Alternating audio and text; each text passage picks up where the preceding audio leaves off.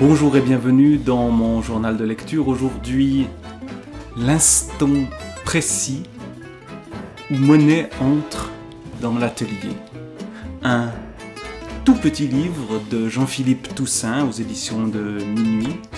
Un livre qui ne fait que 30 pages, même pas, 20 pages si on prend le texte tout seul, qui tente donc de saisir un instant précis, celui où Monet entre dans l'atelier.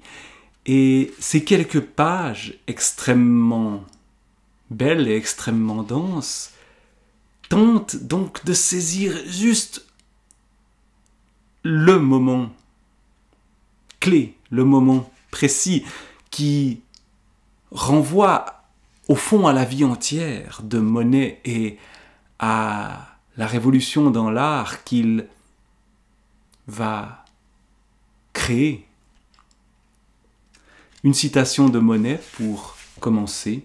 « Je suis si pris par mon satané travail qu'aussitôt levé, je file dans mon atelier. » Voilà ce qu'il écrit au moment où il peint les fameuses nymphéas dont il est question dans ce livre ici. Et puis, Jean-Philippe Toussaint, un siècle plus tard, tente de faire renaître, revivre ce moment précis.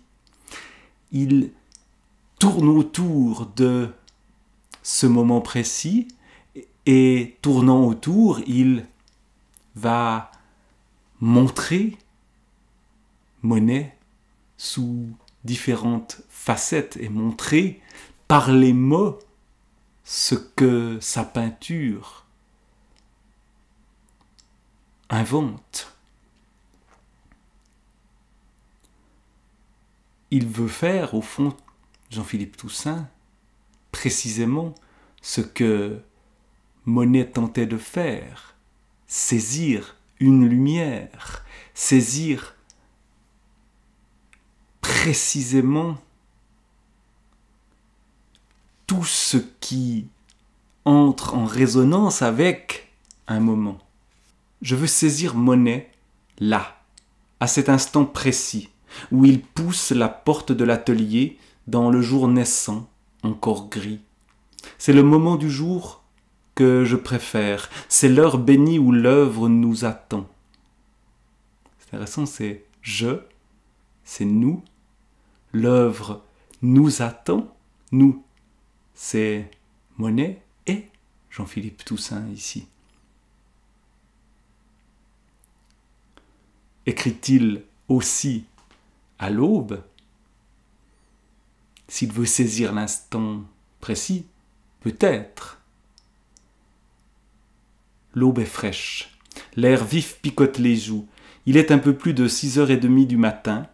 Pas un bruit au loin dans la maison endormie qu'on vient de quitter. Quelques pépillements d'oiseaux dans le jardin où les arbres sont immobiles comme le silence.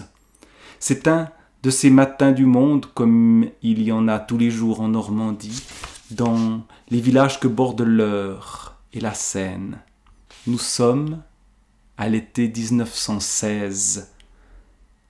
Donc c'est bien nous qui sommes Monet ici. Depuis quelques mois, Monet a pris possession, et tout d'un coup, Monet devient une troisième personne.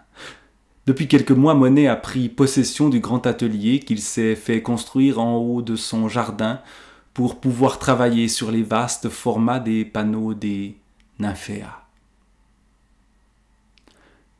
Je veux saisir Monet là, à cet instant précis où il entre dans l'atelier, où il passe la frontière entre la vie qu'il laisse derrière lui et l'art qu'il va rejoindre. Et tout au long de ce livre, on cherche à saisir cet instant précis.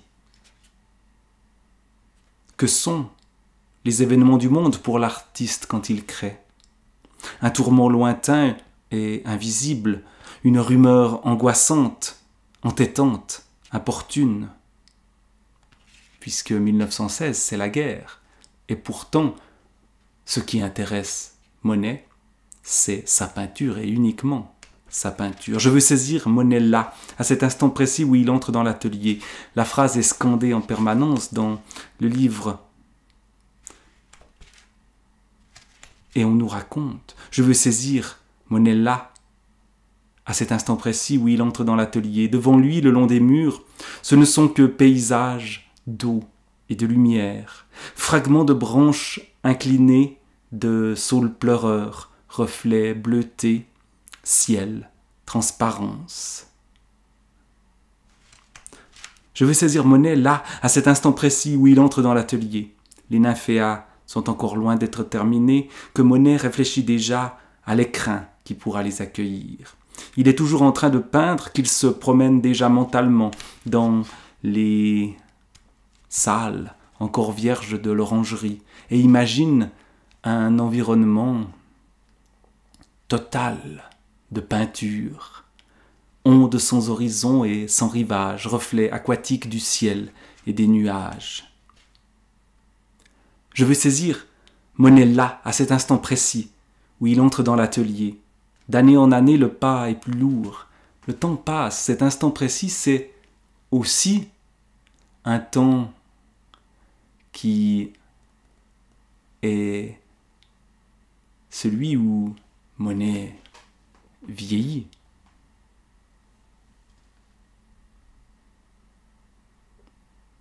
Le pas est plus lourd, mais les rituels ne changent pas.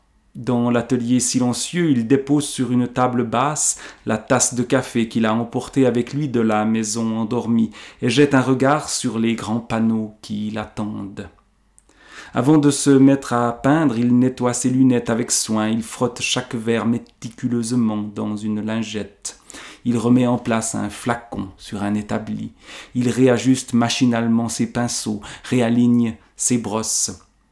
Je connais ces rituels. À nouveau le jeu. À nouveau Jean-Philippe Toussaint qui, lui aussi, a des rituels. J'en parlais dans une vidéo récente sur « C'est vous l'écrivain » où Toussaint nous explique ses manies et ses rituels. Et là, il revient à ceux et à celles de manies de Monet. Ce sont les petits rituels du matin qui précèdent le moment de se mettre à l'œuvre. Même si Monet est encore en bonne santé, même si la carcasse est solide, que le souffle est bon, il y a ce moment, invisible, dans la vie, où l'on bascule irrémédiablement vers la vieillesse. C'est peut-être aussi ce moment-là que veut saisir Jean-Philippe Toussaint. Ce moment où l'on bascule irrémédiablement vers la vieillesse. Ce n'est pas un cap tranché que l'on franchit, où il y aurait un avant, l'âge mûr, et un après, la vieillesse. Comme il y aurait une frontière nette entre la jeunesse et l'âge mûr.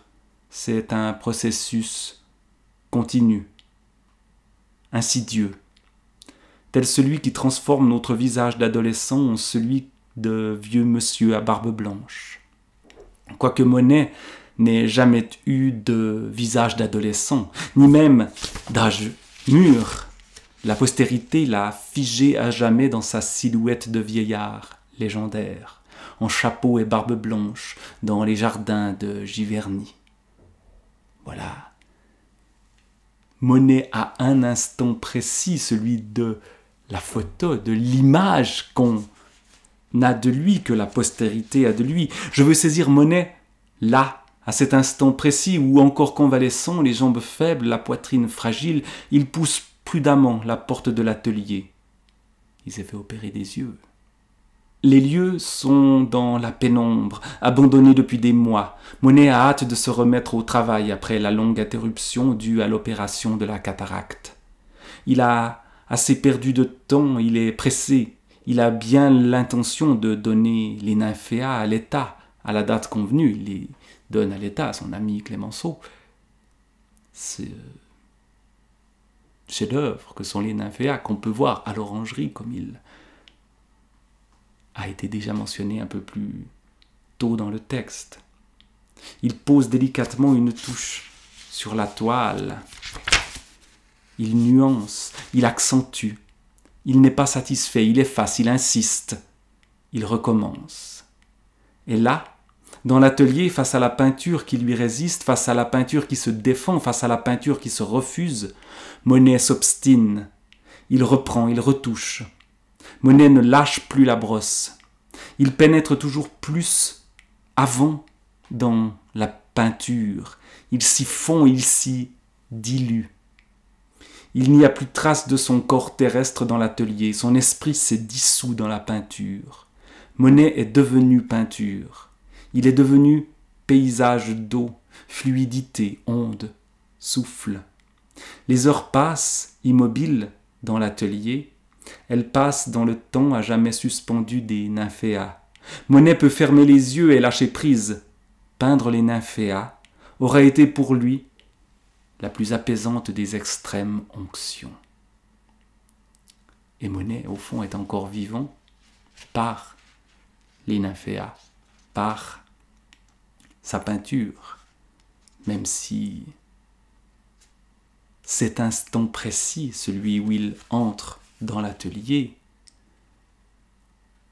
est perdu. Il en reste des traces que Jean-Philippe Toussaint parvient à approcher dans ce très beau petit texte, l'instant précis où Monet entre dans l'atelier.